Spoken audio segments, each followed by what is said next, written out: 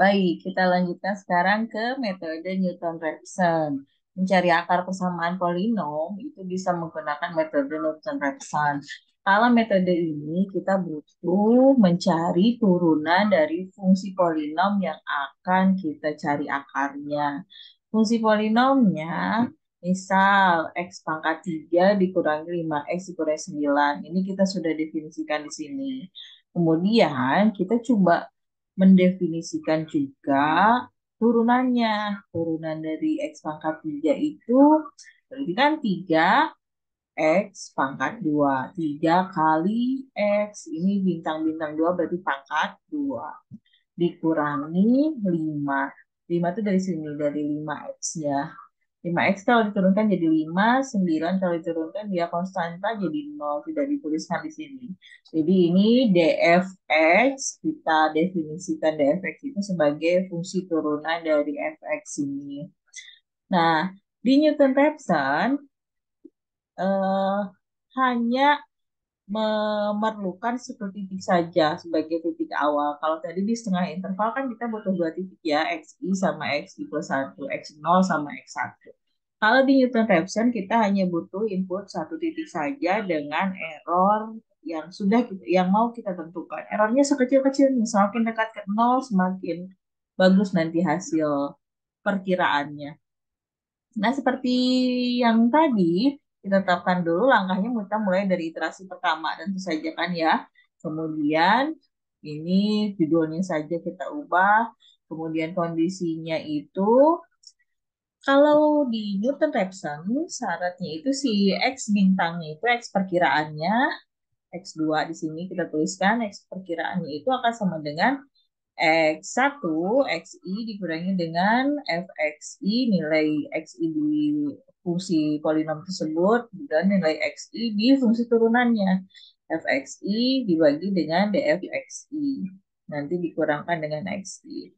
Nah, iterasi ini tolong print nanti sama si program ini, sama seperti tadi. Jadi iterasi ke ini merujuk kepada langkah, X2 ini merujuk pada nilai X2 yang diperoleh, Fx2 ini merujuk pada nilai Fx2 yang diperoleh. Terus persen ini maksudnya menunjukkan bilangan ya, misalkan persen 0,6, artinya dia nanti di bilangannya itu desimal sebanyak 6 angka di belakang koma gitu.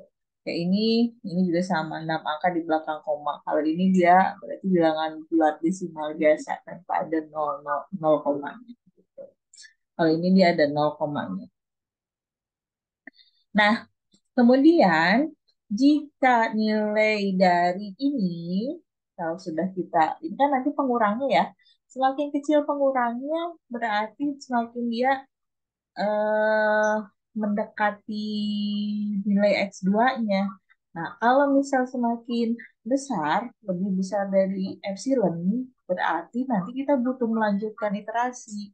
Iterasi berikutnya apa? Iterasi berikutnya itu si X satunya itu, si X bintang ini akan menjadi X1 pada iterasi berikutnya. Jadi si X2 ini akan menjadi X1 pada iterasi berikutnya. Kalau misalkan ini masih lebih besar dari nol. Tapi kalau misal sudah, kalau lebih besar dari nol, lebih besar daripada epsilon atau galat yang tadi sudah kita tentukan. Gitu. Nah, seperti itu. Jadi kalau sudah sedemikian langkahnya itu tentu saja nanti selalu iteratif, langkah per satu, kondisinya itu ya absolutnya ini. Kemudian print akarnya sebagai X2 yang tadi kalau misal sudah terpenuhi kondisinya. Kemudian dalam desimal yang tadi 6 angka di belakang koma. Kemudian masukkan titik awal sama aduh belepotan. Sama seperti tadi, ini XI, kemudian galatnya kita masukkan juga, kemudian kita konversi dia jadi float, konversi juga si epsilonnya jadi float. Kemudian di sini kalau misalkan dia tadi absolut si FXI kurang dari DFXI, ini kan udah kurang dari nol ya hampir mendekati nol ya sudah nggak usah diiterasikan lagi, itu adalah si X itu adalah titik akar persamaannya. Tapi kalau misalkan masih lebih besar dari epsilon, ya lanjutkan ke ke modul Newton Raphson yang tadi sudah kita tuliskan di sini. Nah, ini kalau misal kita run, misal kita ambil titik awalnya itu 2, dalatnya itu di 0,0001 misalkan. Nanti kalau misal kita enter lagi, maka hasilnya akan seperti ini. Semakin kita mengubah metode, iterasinya akan semakin jauh lebih sedikit. Kalau tadi di intervalasi linear 7, di setengah interval itu ada 24, Newton Raphson itu hanya 5 saja iterasinya sampai dapat nilai evaluasinya mendekati nol, semakin mendekati nol. Gitu. Ini 6 angka di belakang koma ya. Kalau kita lanjutkan jadi 8 angka mungkin bisa nambah iterasi. Nah, ini akar persamaan.